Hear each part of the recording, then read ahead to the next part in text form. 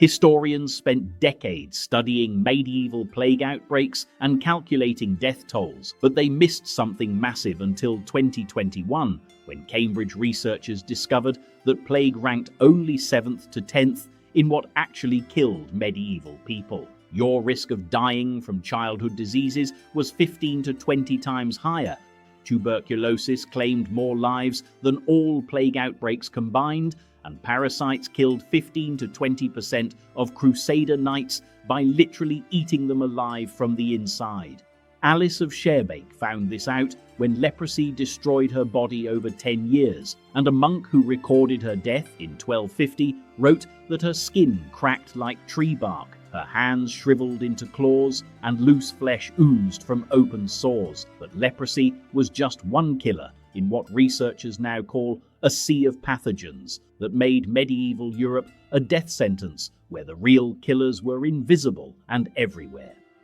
A team from the University of Cambridge analysed 143 medieval skeletons in 2021 and discovered something that changed how we understand medieval health, because when they calculated years of life lost, infant and child death ranked as the #1 health problem, followed by tuberculosis, with plague coming in 7th to 10th place in overall importance. This matters because, for decades, historians focused almost exclusively on dramatic plague outbreaks while ignoring the chronic diseases that killed far more people over the course of medieval history. The research showed that infectious diseases formed a force as powerful and invisible as gravity, constantly claiming lives and shaping demographic trends in ways that sudden plague outbreaks never could. Medieval people died from dysentery spread through contaminated water, from typhoid fever that took 3 weeks to systematically exhaust victims, from measles and smallpox that overwhelmed weakened immune systems, and from parasites that literally ate them alive from the inside. But these deaths happened gradually rather than in the dramatic waves that made plague so memorable. The disease that made you a monster. Leprosy transformed human beings into something their own communities couldn't recognize, and the disease spread fear not because it killed quickly, but because it destroyed slowly and visibly over years. The bacteria attacked nerve endings and skin, causing painful disfigurement that medieval people found horrifying. And although leprosy wasn't highly contagious, fear of infection drove societies to create the first systematic attempts to isolate people with communicable diseases.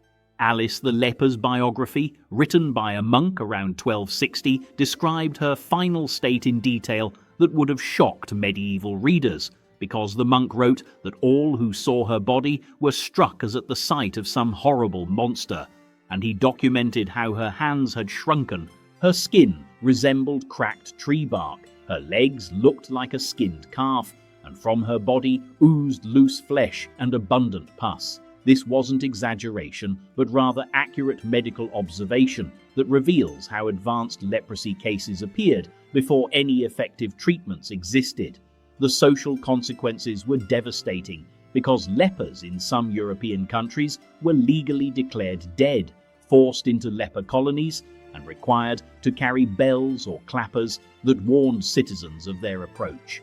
Matthew Paris, a monk who lived from around 1200 to 1259, estimated that 19,000 leper houses existed across Europe, with 2,000 in France and over 100 in England, which shows the massive scale of this health crisis. For reasons historians still don't fully understand, leprosy cases began declining in the 13th century, possibly because some form of herd immunity developed, or because the isolation of lepers helped curb transmission.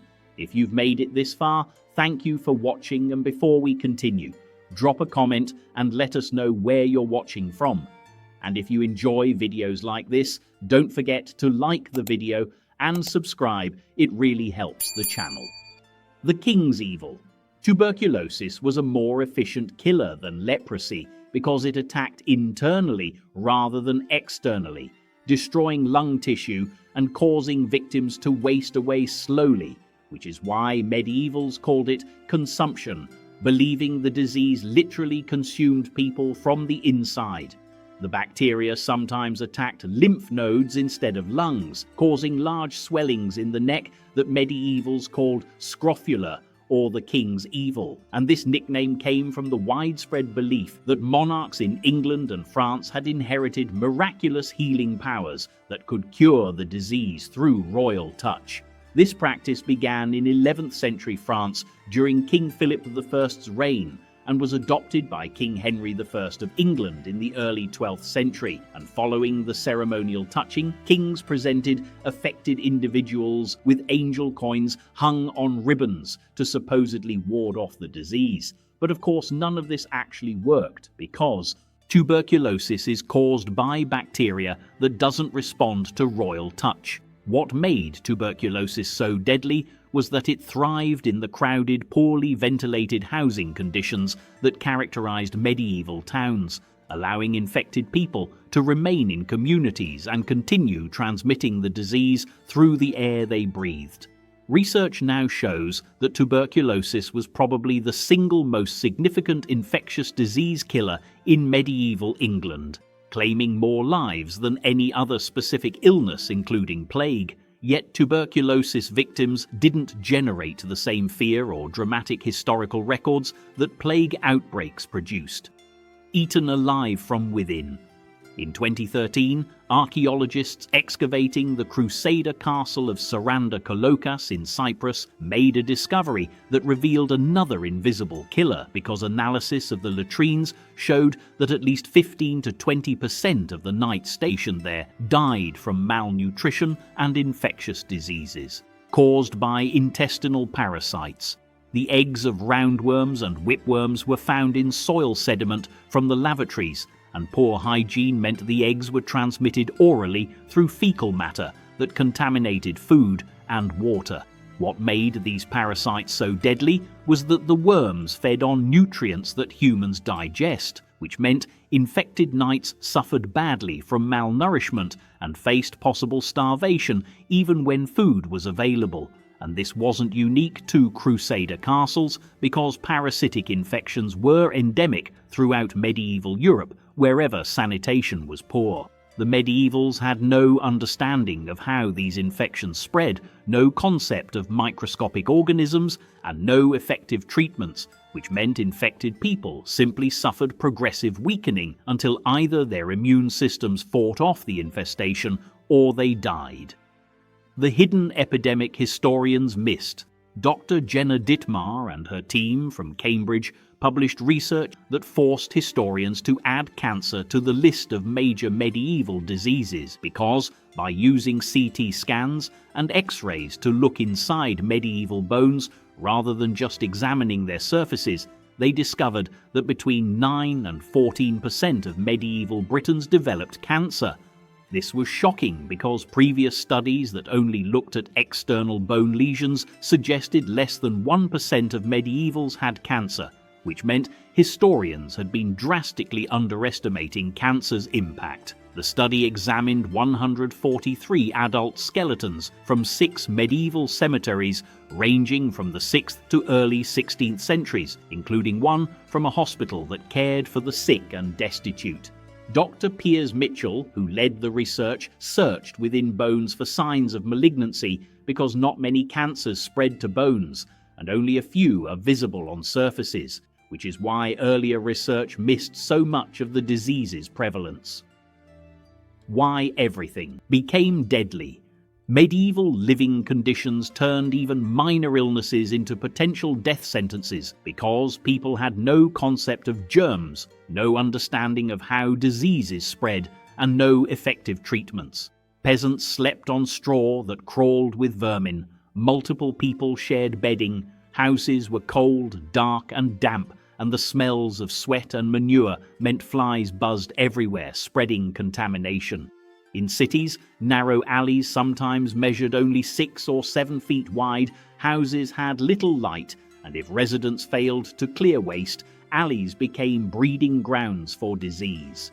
When fresh fruits and vegetables weren't available during winter or during failed crops and famine, malnutrition left the young and old vulnerable to any infection, and continuous exposure to parasites and bacteria meant their immune systems were constantly fighting multiple threats. Medieval physicians relied on the theory of the four humours, believing health depended on balancing blood, phlegm, yellow bile, and black bile, and their treatments included bloodletting and remedies based on superstition rather than understanding of disease mechanisms, which meant medical intervention often made things worse. They knew contagious diseases could spread from victim to victim, but they had no idea how this transmission occurred, which meant they couldn't implement effective prevention beyond crude isolation of the obviously sick. Medieval illnesses were death sentences, not because the diseases were worse than modern ones, but because people lacked the knowledge, sanitation, and medicine needed to prevent or treat them.